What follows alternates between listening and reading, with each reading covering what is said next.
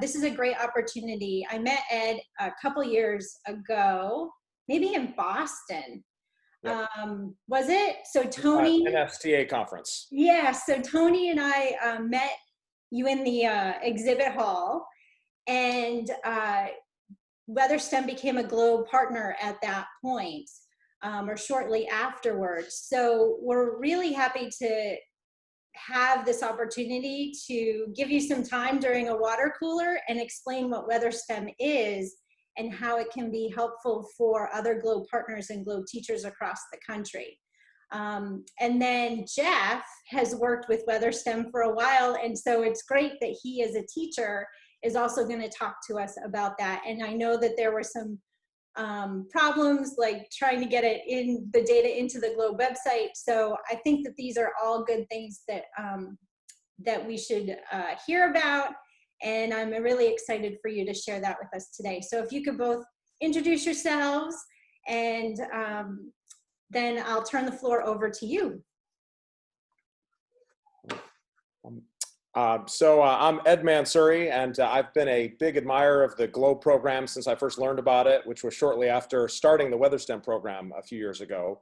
I am a meteorologist, and I'm also a software developer, and I've spent some time in the classroom teaching meteorology. So WeatherSTEM, as I'll explain, is sort of the confluence of those three experiences that I have, and I'm very lucky to be working with my friend and colleague, Mr. Bouwman, who sounds like he'll introduce himself now.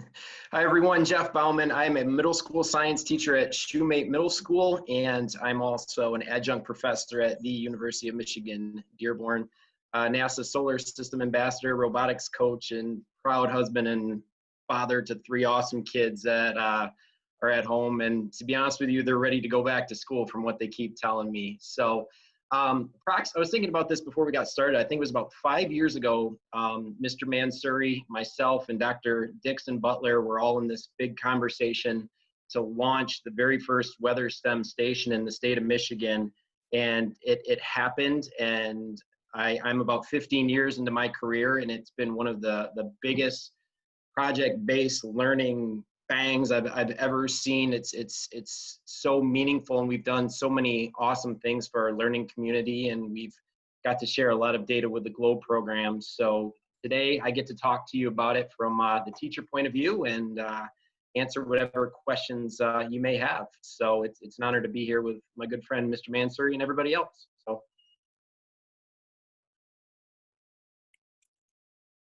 All right, so I will watch the chat and make sure that you are aware of any questions that come up, if that's okay. So you don't have to spend any time watching the chat. And we'd love to hear more about WeatherSTEM. Okay. Jennifer, will you be able to set it up so that I can share my screen?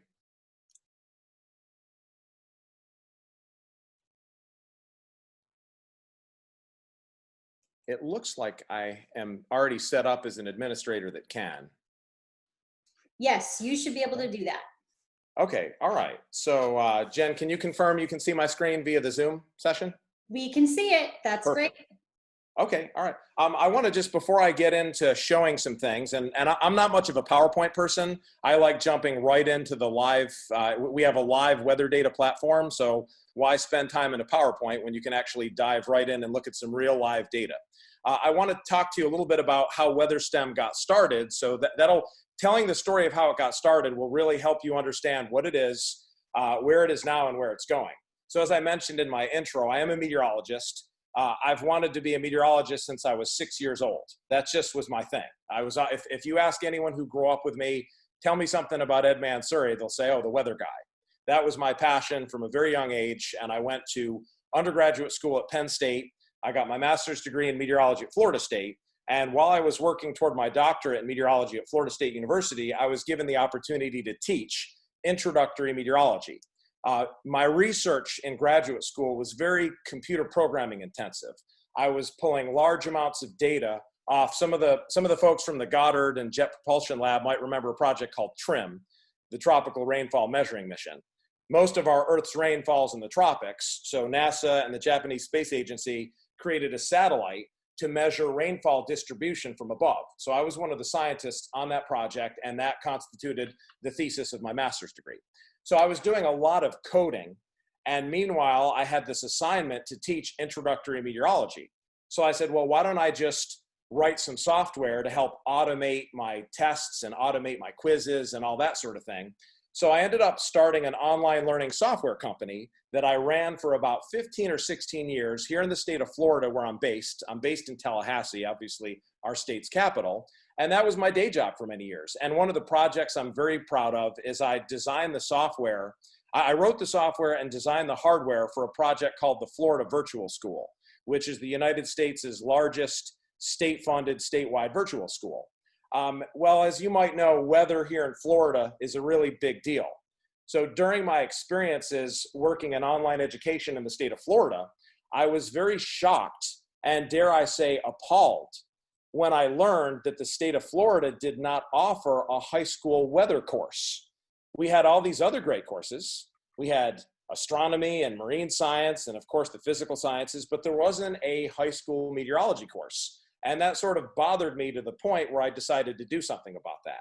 So this is about 2014, and WeatherSTEM started strictly as an educational project, where we got to work and started creating a large amount, and by large amount, I mean hundreds, of weather education modules.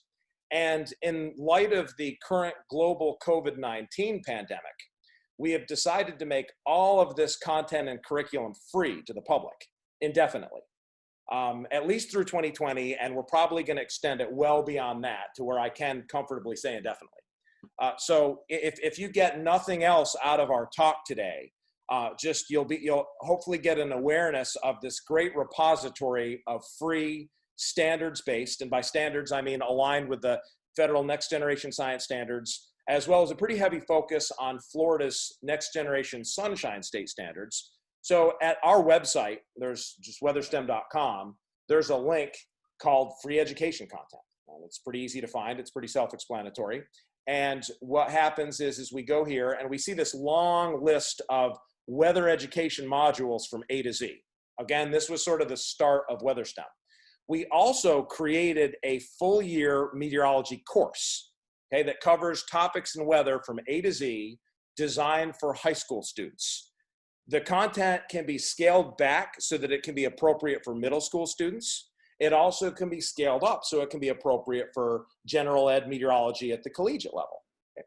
So this was, again, the genesis of WeatherSTEM. Then we got this crazy idea. We said, so we've built all this education content, all this content that covers all these topics in weather from A to Z. We said, well, what if we could set up a weather station at a school and take the data and information from this weather station and flow it into the curriculum, okay? So that instead of kids learning with data that was maybe made up by who knows who knows when, who knows where, we can actually use real data to enhance this content and curriculum. So for instance, I just picked a random page from a random lesson on solar radiation, and it says the solar radiation at Hawks Rise Elementary right now is 816 watts per meter squared. Well, it just so happens that Hawks Rise Elementary School is the closest point to where I'm sitting right now that has a WeatherSTEM system. If I took this laptop and started driving, that information would automatically update. So now, fast forward several years later, we have over 350 of these systems across the state of Florida. And you know, at least one in all 67 of Florida's counties. So imagine a weather education experience where all of the information and interactions and assessments you're engaging with are actually driven by real data that's happening right now or has happened in the recent past. So that was sort of the genesis of WeatherSTEM. Now, a lot of folks, when they did their introduction, they talked about if they have a weather station, and if they do, what are they doing with it?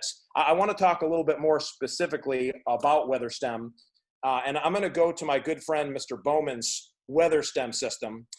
He's a very passionate science educator, and I'm someone that I'm pretty candid. I don't think I have any BS in me. So when I say that Mr. Bouwman is one of the most impressive science educators I've ever met, I really sincerely mean that. He's tremendous. So I'm actually at the WeatherSTEM system that has been installed at his school. So with WeatherSTEM, there are two domains of the program. there is a hardware domain and a software domain. And I'm going to talk about those two macroscopic realms differently. So from a hardware perspective, when we bring WeatherSTEM to a school, so we basically what happens is we get hired to bring WeatherSTEM to a school. Or there's other venues that we work with. We're working with a number of colleges and universities. We're working with a number of municipal entities that are using WeatherSTEM from a situational awareness perspective to recognize potentially dangerous conditions. But when we bring WeatherSTEM to a school, we come on site and actually install a weather station, okay? And I have a very pragmatic view of weather stations. There is a big spectrum of weather instrumentation. There is a lot of junk that costs a few $100 or even less that will probably end up in the landfill within a year or so. And then there is just five-figure stuff, $20,000, $30,000, $40,000 stuff, the kind of stuff that you see at the end of airport runways. And there's a big realm in between. It turns out that the standard weather station that we use is manufactured by a company that I heard a few of you mention in your introductions called Davis Instruments. Now, Davis Instruments are very good friends of ours. I have been using Davis Instruments weather stations in my own backyard for many, many years when WeatherSTEM was just a hobby of mine. And I like to refer to the WeatherSTEM system we're using. I kind of joke around and call it the Cadillac of Pintos. So there's a big spectrum. So there's a low end and a high end. Our standard system is sort of the high end of the low end because there's a big canyon. When you get over the other side of the Davis stuff, there's really not much until you start getting into like Campbell Scientific and Vaisala, and then you're spending $3,000, $4,000 and above. So I myself personally, I'm not that excited about weather station technology. I want something that is inexpensive. I want something that's accurate, and I want something that is reliable. And I want something that's durable. If we could afford to, we would give away weather station technology. We're not trying to make money selling weather stations. That's boring. So as I said, there's a hardware part of what we do. We set up weather stations, and also all of our sites have at least one what we call cloud camera. Weather, as you'll all agree, is a very visual science. So why should we limit ourselves to just having the weather station? Why not have an actual camera so that we can see what the weather is doing? So this camera, for instance, at Mr. Bouwman's school, uploads an image once a minute. And if that's not enough, a lot of the cameras are actually what we call live streaming cameras. So this is actually a live video feed, and you can clearly see that my friend Mr. Bouwman's school is getting some precipitation right now, as indicated by the rain rate and the current accumulation in the last 24 hours of 18/100ths of an inch. Okay. And then some of our schools, some of our sites to show off some of our higher profile sites, just for instance, this is one of the NFL football stadiums where we've deployed WeatherSTEM. This is Heinz Field. So this system sits up on top. If you were to go to a game at the stadium, the highest spot in the whole stadium is our WeatherSTEM system. So in many venues, in addition to the weather station, we're also putting sensors and probes down on the field that are making measurements of things like soil moisture, soil temperature, field level conditions. So again, that is part of what we call the hardware and infrastructure part of our project, okay? Then the other part of it is answering the question, what do we do with this data? What do we do with the data and information that these systems collect? Well, we use it to drive a web, a mobile, and a social media platform called WeatherSTEM. And that's sort of my primary job at WeatherSTEM is I'm the chief software architect of the software side of things. And then on our team, we have some folks that are actually involved in the hardware and instrumentation side of things. We don't really, we work very closely with Davis Instruments, but we don't necessarily have a dog in that race as far as the hardware side of things. As I said, we want something inexpensive, reliable, and accurate, okay? Now, I don't know, I've sort of have minimized my chat thing, so I don't know if there are any questions yet. Let me just pause, and Jennifer, you can tell me if there's any questions or if I can continue on with the demonstration. There's no questions in the chat, but does anybody have a clarifying question that you wanted to ask at this point?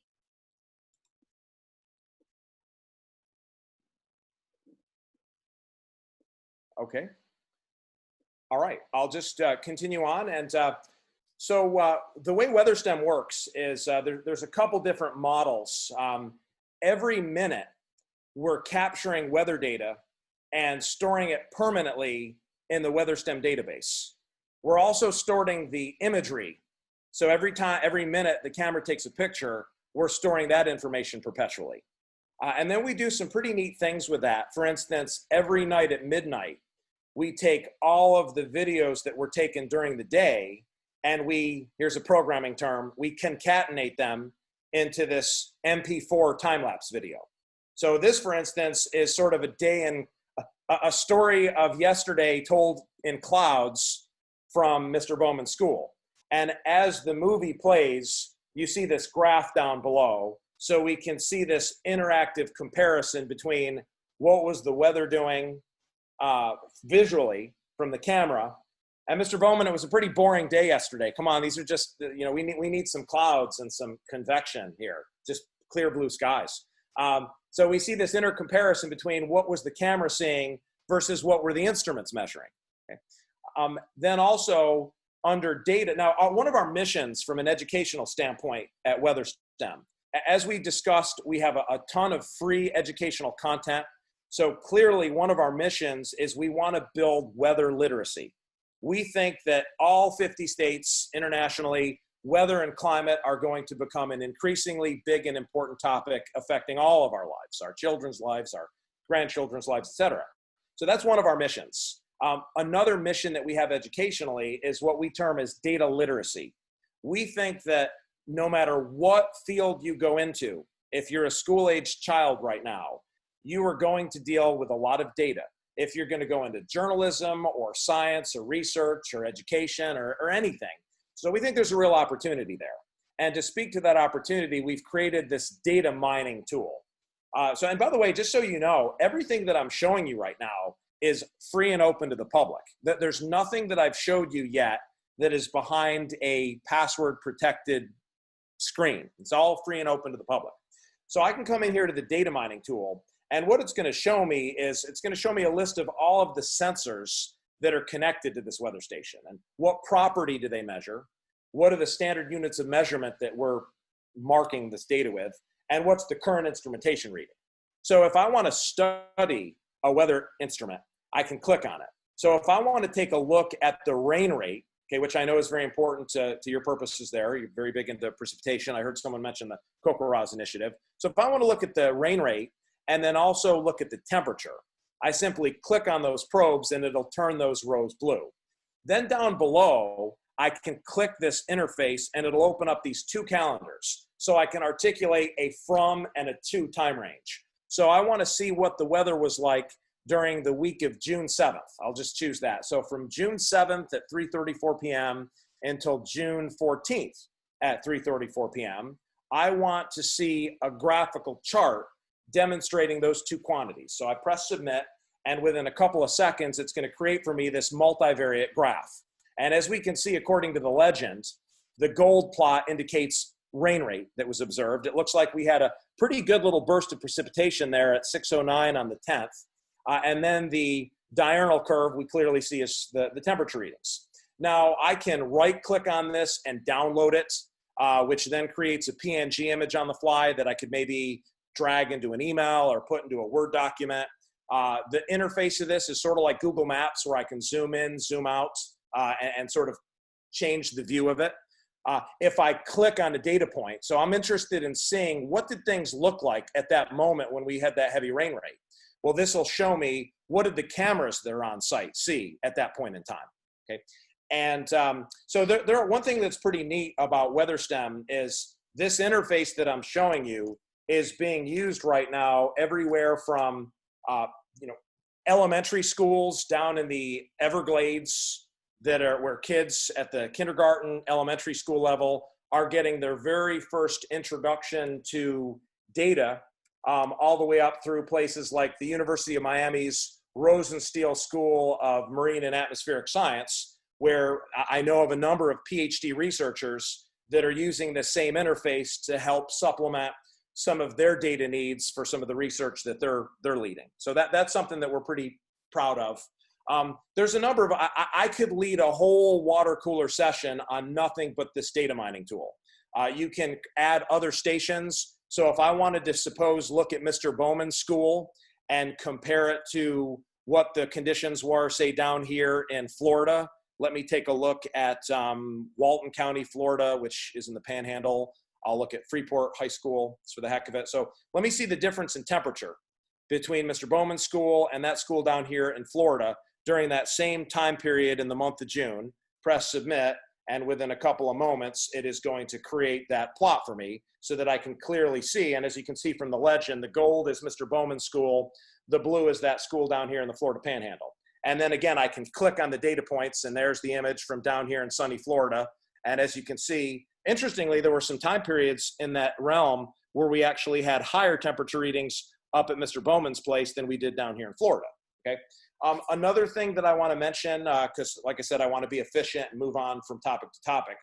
One of the things that we have created that we're really proud of is we've created a community experience around data and weather. So every time we set up one of these WeatherSTEM systems, it automatically gets its own Facebook page and its own Twitter page and its own weather bot. So for instance, on this interface of Mr. Bouwman's school, if I click on this little Twitter icon, that is going to open up the Gibraltar School District WeatherSTEM's Twitter account. So all of these Twitter things, or tweets, I guess we call them, that you see here are automated. So for instance, about an hour ago, it said it's raining cats and dogs at Gibraltar School District. The rate of rainfall is a drenching 1.81 inches per hour. Mr. Bouwman didn't post that. I didn't post that. WeatherSTEM posted it, okay? And also you can see there's clearly some important public advisories that get sent out here as far as severe weather alerts. There's that time lapse I was mentioning before. So some of these places that where we're setting up WeatherSTEM, for instance, on this campus of Florida State University, there's almost 2,000 followers of this Twitter feed. That's not bad for a weather station. Some of the Facebook page concept is the same thing. But of course, with Facebook, we're not limited to 280 characters. We can have a lot more information with the Facebook page. So this Facebook page is actually the WeatherSTEM system of a 5-mile-long bridge in the Panhandle of Florida called the St. George Island Bridge. And you can see this one weather station has almost 2,400 people following it. Okay, so that's something that we really think is pretty cool, that we've created a social platform. I mentioned the weather bot. So if I click on this weather bot, it is going to take me to the Gibraltar School District WeatherSTEM messenger bot. So I'm going to say, good afternoon. And it is going to say within a moment, hi, Mr. Mansouri, can I call you Edward? Sure. Okay, call me Edward. And then I can start asking it questions. So I can say things like, what will the weather be like tomorrow? Okay. And then it will tell me more sun than clouds, high in the mid 80s. Show me the latest camera photos. Okay. So I can just sit here and there's a bunch of documentation for this as far as what you can ask it. You can mine data from it. It's pretty cool, if I do say so myself. Okay. Anyway, I will pause again because I know I'm throwing a lot at you here. One real quick before I pause, let me just show you a couple other cool things. We also are very convinced that weather has a very, very big impact on our health as human beings. So to respond to that, we have worked in conjunction with our partners from IBM to create a health and well-being channel. So when you go to the health and well-being channel on any WeatherSTEM site, it's going to give you some real-time information about air quality. It's also going to let you look at a number of other health-related metrics. So if you're someone that tends to have weather-induced aches and pains, we have some data for you for what you can expect during the next week. If you have a aversion to pollen, if you have allergies, same sort of thing, broken up into expectations of grass, tree, and ragweed pollen. If you have unmanageable hair, I haven't had to worry about that for a while. it will tell you how the weather is expected to impact the manageability of your hair. We've also integrated with some real-time COVID-19 databases, and some of them, it looks like for whatever reason, the current information is not being loaded, but it's supposed to show the real-time information. Let me try a different county here real quick, make sure it's not just Mr. Bouwman's feed. Sometimes there could be some, okay, yeah. I'll have to look into that. I'm making a note to myself to see what's going on with Wayne County's COVID information feed, but what it should be showing me is like what it shows me here for this particular county. As of the latest report, the number of confirmed cases and the number of fatalities. Okay, so now I'll go ahead and pause and let you ask some questions or get some clarifications. I want to be very respectful of time here. I know Mr. Bouwman's got some stuff to talk about as well. Okay, there are some questions for sure. So let's just start. Is there somewhere that explains those health and wellness ratings and how they're derived? We are in the process of working on one thing. I'll be the first to admit that we need to be faster at creating documentation. I think sometimes we are faster at developing new capabilities than we are developing associated documentation. Right now, all of these health-related things are indices that have a qualitative definition behind them. So for instance, an index of 3 is, quote, low concern, and an index of 2 is minimal concern. So we're in the process of creating, like there will be a question mark icon here that will open up documentation that will give some more science and give some more quantitative data as far as what's actually going into the calculations that are yielding those outputs. Okay. Another question, can the bots respond in different languages? Long story short, the bots are part of a artificial intelligence framework. So you can actually teach it to do things. And that, like I said, I could lead a whole water cooler session about nothing but those bots and how to get it to recognize other languages and other sorts of things. So the short answer to the question is yes. Okay. We've been talking a lot about wind lately. How can WeatherSTEM help us understand surface winds and winds at altitude?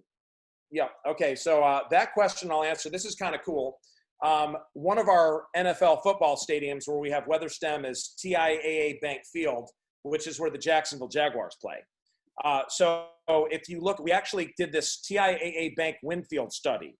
So what we can do is we can actually set up an unlimited number of wind sensors at a venue, okay? So at TIAA Bank Field, we actually have a wind sensor down on the field behind each goalpost. So you can see right now, and we're streaming that data literally real time in 0.8 of a second intervals. So we can see, so if I was kicking a field goal right now, if I was kicking this way, you can clearly see that I've got a wind in my face. Whereas if I'm kicking this way, the ball's gonna maybe be tailed off from left to right. And then we've got another wind sensor on top of the stadium. Then we have one down at the bottom of the stadium. So we're you know, this is just sort of obviously a high profile example of how we're able to set wind sensors up at as many places as we want within the domain of a small environment, and then use that data to create some interesting studies and analytics. We also have that same sort of thing at the stadium of defending national championship team LSU, where we're able to show wind readings on top of the stadium at different ends of the stadium. So yeah, we've got some cool things we're able to do with respect to measuring winds in many different circumstances. And again, when I say real time, I mean real time. So if you look at this part of your screen right here, it's actually updating moment by moment. That's based on an enhancement we created called Data Stream, where it streams data in 0.8 of a second intervals to our platform. All right, we've got this one twice, I think. People are asking, where's the best place to put these weather stations? It's interesting that question is. I have an interesting story to tell you real quick that'll answer your question. So I remember it was in DeSoto County, Florida, which is down kind of in the Everglades. And we were installing WeatherSTEM, and we had a great spot picked out up on the roof. And it was going to get great unobstructed wind readings, great unobstructed solar radiation readings. So we're getting ready to go to work, and the principal comes running out and said, whoa, hey, wait a second here. I've got this spot picked out over here next to the playground. And I said, well, that really isn't necessarily going to be the best place for this. There's some trees over here. And she said something that I'll never forget. She said, well, we're not landing planes here, are we? I says, well, no, I guess you're right. So in some instances, I have made the dubious decision to put a weather station in a place where the enhancement of scientific and the enhancement of student engagement, because who's not going to love seeing, what kid is not going to love seeing a weather station with their school colors and logos painted on it, right? So I have made the decision to enhance engagement at the expense of scientific accuracy. Now, I don't do that much anymore. So the textbook response that I'll give you as far as where you should site the weather station, as far as our weather station, there are three primary parameters that I'm most concerned with. First and foremost is going to be rainfall. And I think that's probably going to be pretty aligned with the GLOBE and the COCORA's initiatives. You obviously want the rain sensor to not be obstructed by something like a tree or some lights or something like that. You want the flow of rainfall into this rain collector to be as unobstructed as possible. Then the next thing we're going to be concerned about is winds. We want to get some sort of an accurate representation of what people and buildings at ground level are going to be experiencing. So you wouldn't necessarily want to put it somewhere that it was on the side of a building where 180 degrees of the wind field is going to be obstructed. And then finally, our system, and again, I want to be careful about saying, quote, our system.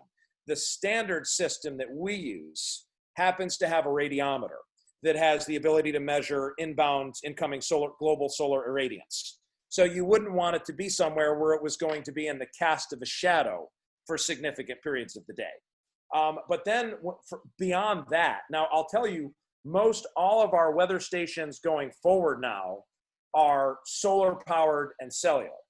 And that kind of depends on where it is you're putting it. So for us, I mentioned that we're doing a lot of work with emergency management agencies. So for instance, this WeatherSTEM system is on the Ocklawahnee Bay Bridge in Florida.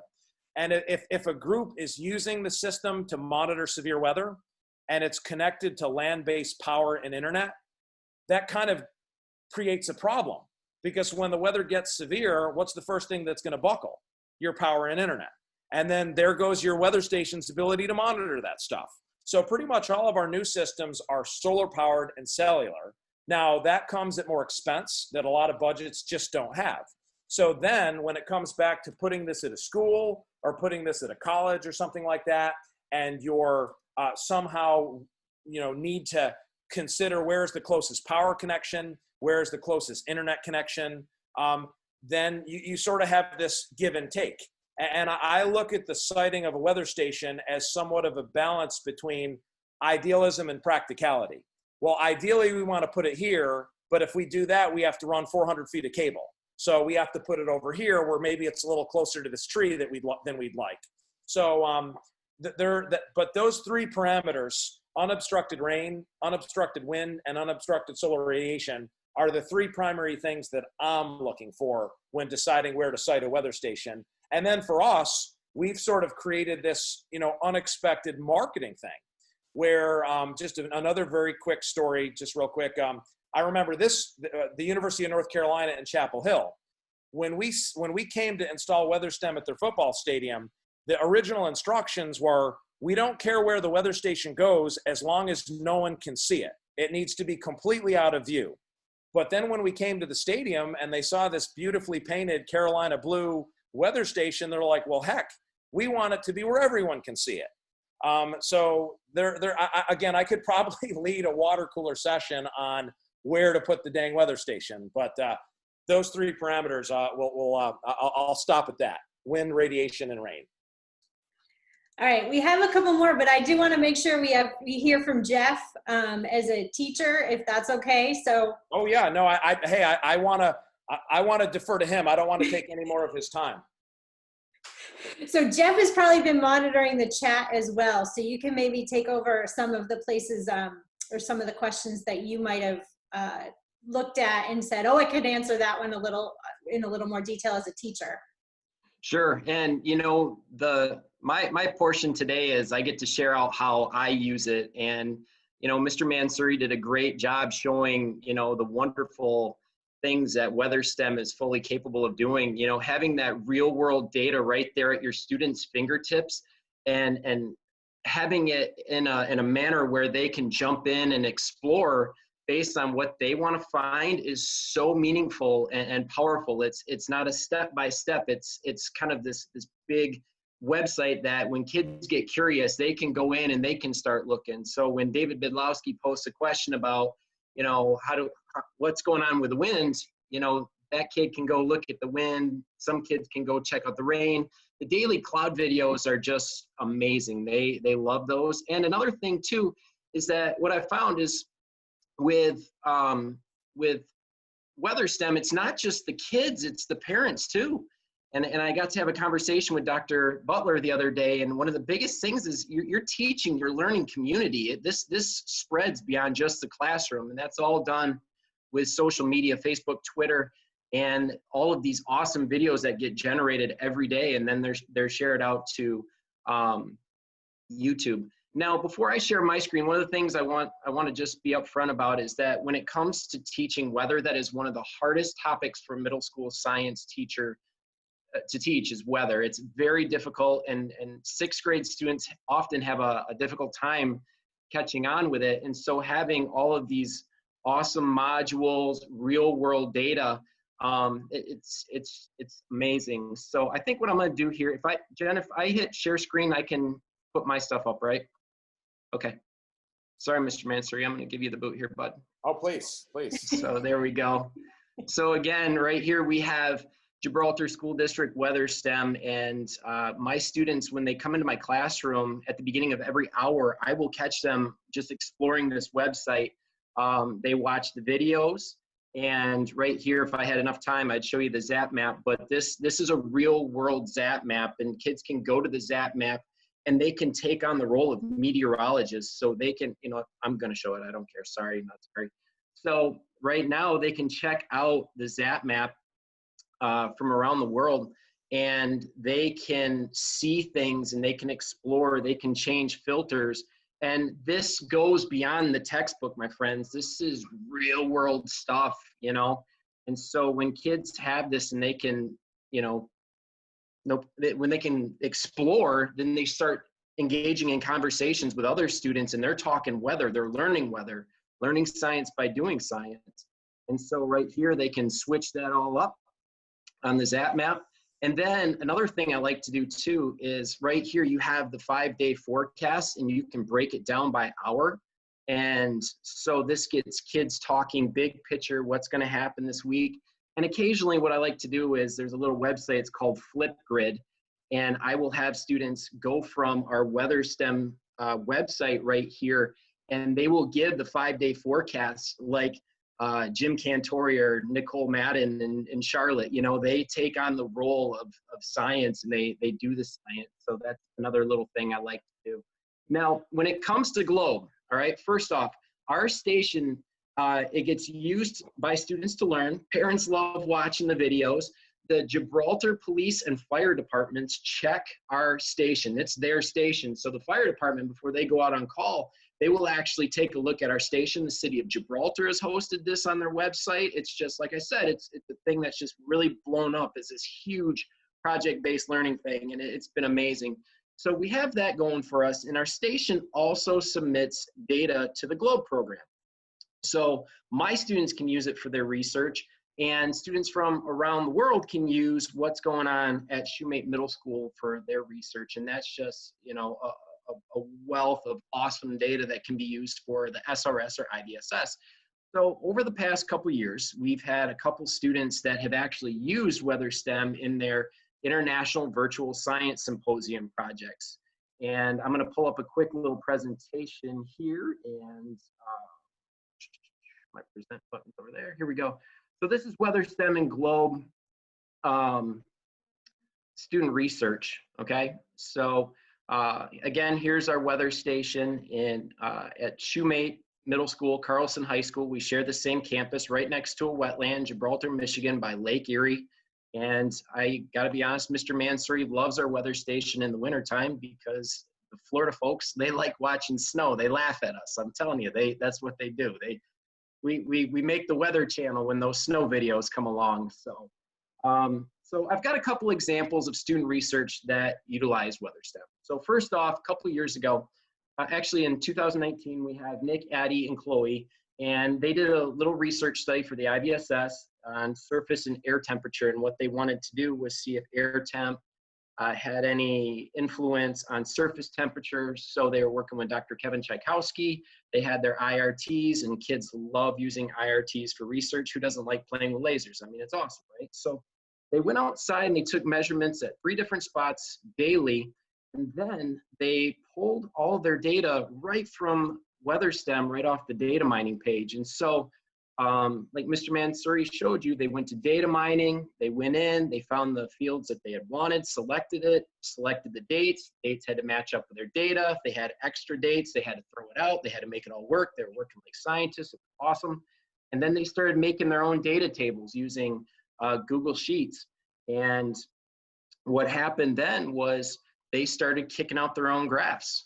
And so you have WeatherSTEM, and then you have the surface temperature taken at the locust tree, the small tree, and the sidewalk.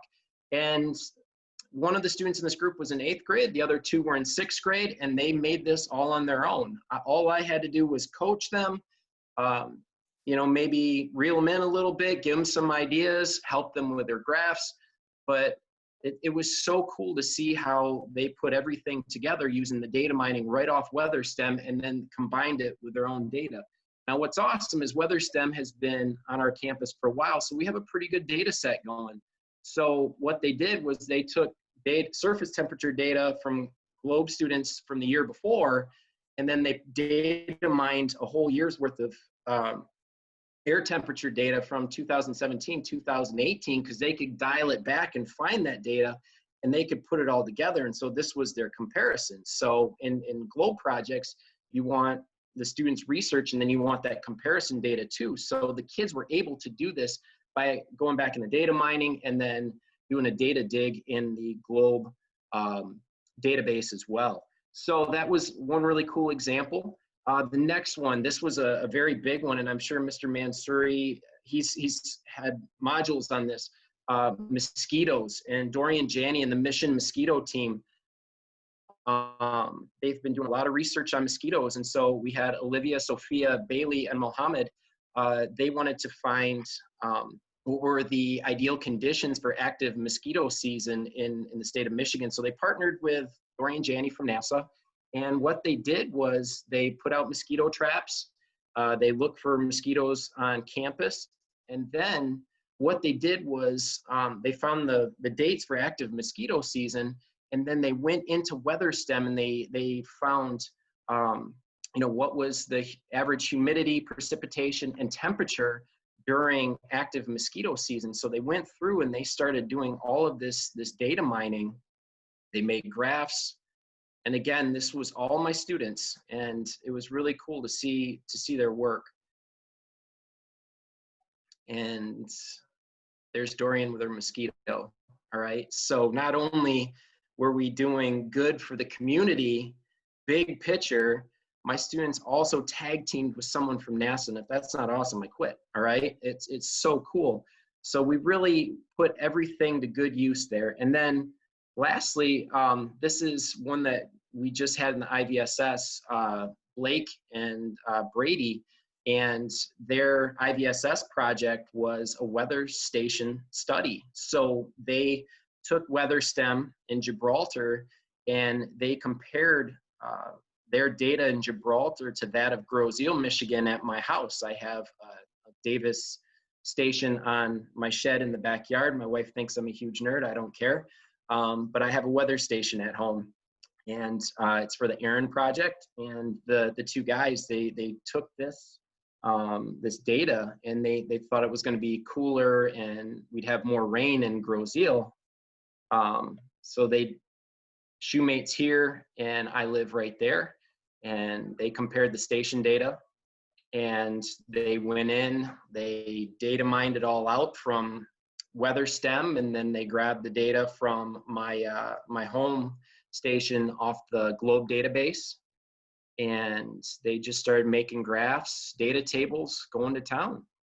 And you know, it's really cool when you can see, you know, WeatherSTEM and Gibraltar, and it just comes together so nice. And having, like I said, that data at your fingertips and your students' fingertips, and they can go in and explore and find whatever they need. It's so rich and cool. So yeah. And so, like I said at the beginning, for me, you know, this initiative was very special because we brought WeatherSTEM up to Michigan, first in Michigan.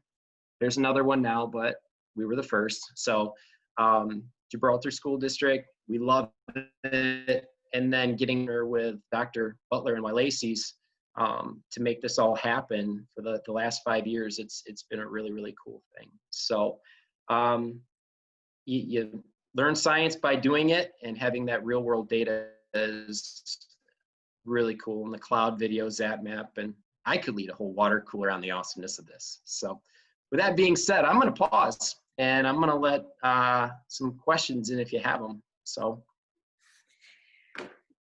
All right.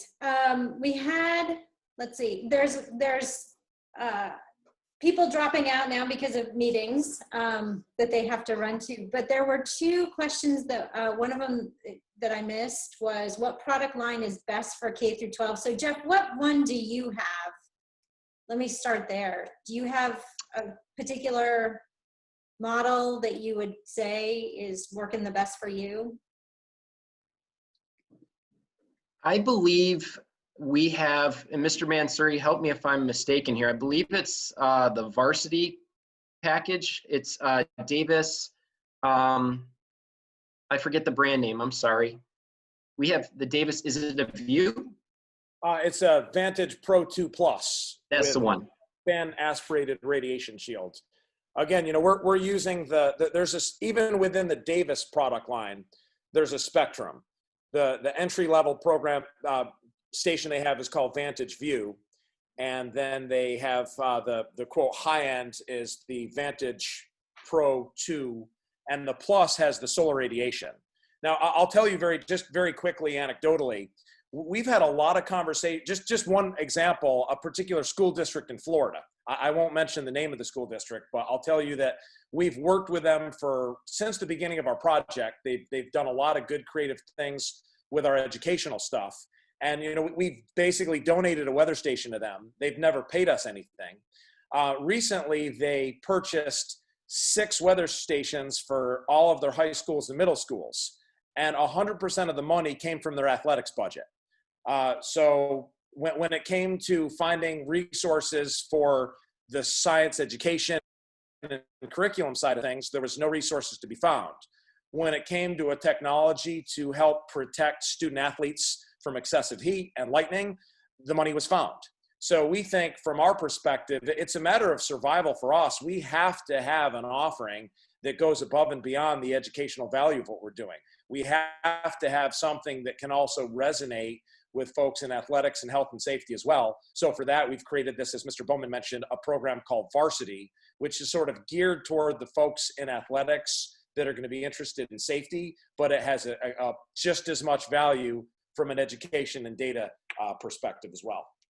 You know, being a parent, one of the things that I love about WeatherSTEM is in the state of Florida, lightning happens very fast and it comes on really quick. And when you have all of those football players out on the field and lightning rolls in really fast, you know, there are a lot of lightning strikes and fatalities. And one of the things that I loved was the video showing that when there is a nasty storm like that, WeatherSTEM will tell you, and you can have it pushed right to the app on your phone, and you know to get your players off the field because lightning is close. And that's something that I've shared with our football coaches as well when you look at Marauder Stadium. A couple questions I just noticed in the chat. How do you get the data from the weather station to Globe? There's a setup that you have, I believe, on the Davis end of it, and the Davis will push the data right into the Globe database. Now, has that been smooth, and is it does it always work the way it should? And from my point of view, no. And I think that's something that, without pointing fingers and getting mean, I think that's something that, definitely Globe could fix. And I think, getting more of these stations online. I mean, think about all this valuable data that's being collected across the country and what that could do for student research. That's really huge, Mr. Bouwman, in my opinion. Mr. Bouwman, can I just append to that very quickly? Sure. We set up in WeatherSTEM, as soon as a new WeatherSTEM system comes online, I showed you how we automatically create a Facebook and Twitter page. We also automatically create a Weather Underground station. So we create the station, Weather Underground gives us an ID for it, and we automatically begin flowing data to it. We have we would love to do something like that with Globe. We have the abilities and the time and energy to do it. So I just wanted to, on behalf of the company, and I can speak for our company, we would love to do something like that. I think in the Oh, go ahead, Jeff. I noticed that in the chat, Dave made mention of, where is it? I think it said, thoughts regarding our COVID environment, the importance of automated weather stations to collect data, the value of data mining, especially when it's difficult. Yeah, I mean, the thing about being a science teacher is, like I've said, you learn science by doing science. And when we're at home teaching and I can't do those hands-on labs, that's very frustrating.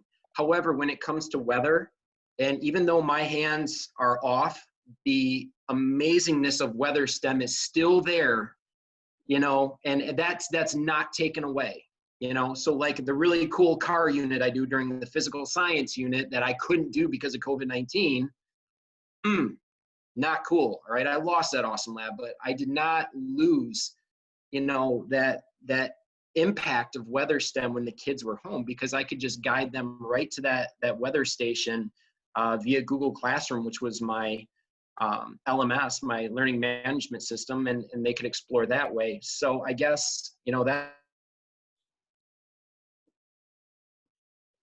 the last couple of weeks of COVID-19, not as strong as what it could have been had we been in school. You know what I'm saying? So. There is another question. Are the Weather Underground IDs available for people to view and use? Yes, and Mr. Bouwman, I don't know how possible it would be for you to open up the Gibraltar WeatherSTEM page. Yep, 1 second.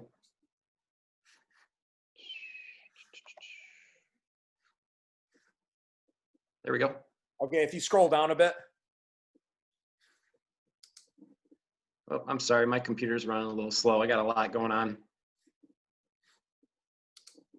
Okay, see that just on the lower left of the picture, the cloud picture. Scroll up now a little bit. Okay. Oh, there, the WU icon. Weather Underground. Yep. Yeah. So all WeatherSTEM systems will have that little icon, and when you open that up, that'll open up the corresponding Weather Underground station for that WeatherSTEM station, and on that page, you'll be able to find the Weather Underground ID, which in this case is the KMIR OCKW2.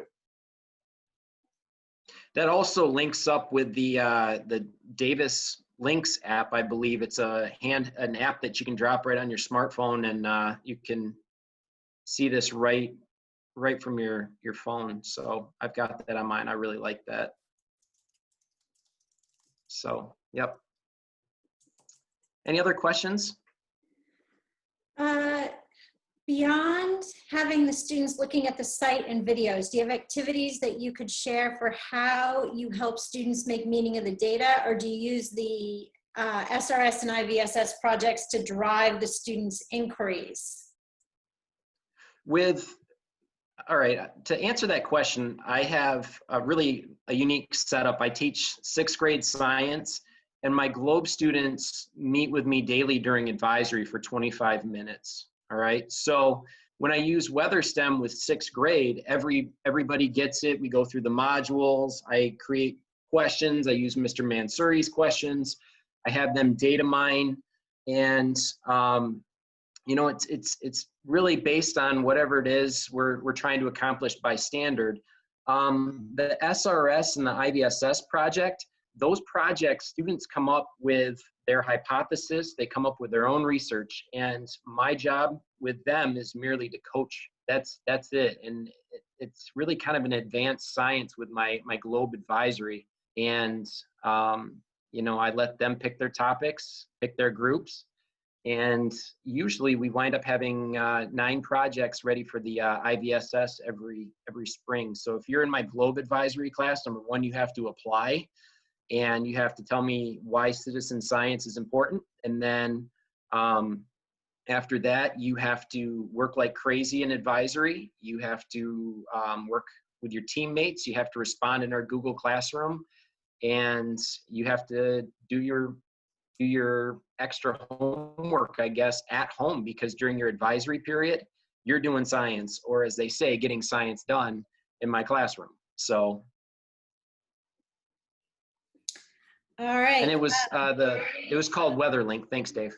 All right. Let's see. And you wanted to mention the API. So we have a new API for Globe that they've been working on that we haven't totally got working, I think, or tested through, but you wanted to mention something about that too, yours. Okay, yeah, okay. Now I just we were talking a little bit on the chat, and I see what you mean. So yeah, Globe having an API is really great to hear, and we would love to have an opportunity to interface with that. We also have an API that WeatherSTEM. I mentioned our goal of weather literacy. I mentioned our goal of data literacy. Another goal we have is computer literacy. So we have a very well-documented API with the goal is giving kids or anyone the ability to learn some simple web and coding techniques and pull data from a real-world data model. Because any app or website that you might build, you're going to need some data for it. And why not tap into this rich sort of pseudo nationwide real-time database for your data model to build with. So that's something that we're pretty excited about, is the computer literacy component to WeatherSTEM. Great. So I will follow up with you. And there is a citizen science component too. Oh, I'm sorry. That's all right, Jeff. I got excited. There is a citizen science component that's really awesome too, because if you are if you're out, let's say David Bydlowski's down in Gibraltar at Lake Erie Metro Park, and he looks out over the lake and he sees this awesome cloud formation, he can take a picture of that. He can go to Facebook Messenger and he can actually upload that picture right to our social media. And that's something that our learning community has loved too, is being able to share, you know, the weather in different spots and different locations through Facebook Bouwman, Messenger. We're about to add a cloud tagging mechanism. So you'll be able to say, these are cumulus clouds, these are altostratus translucidus clouds.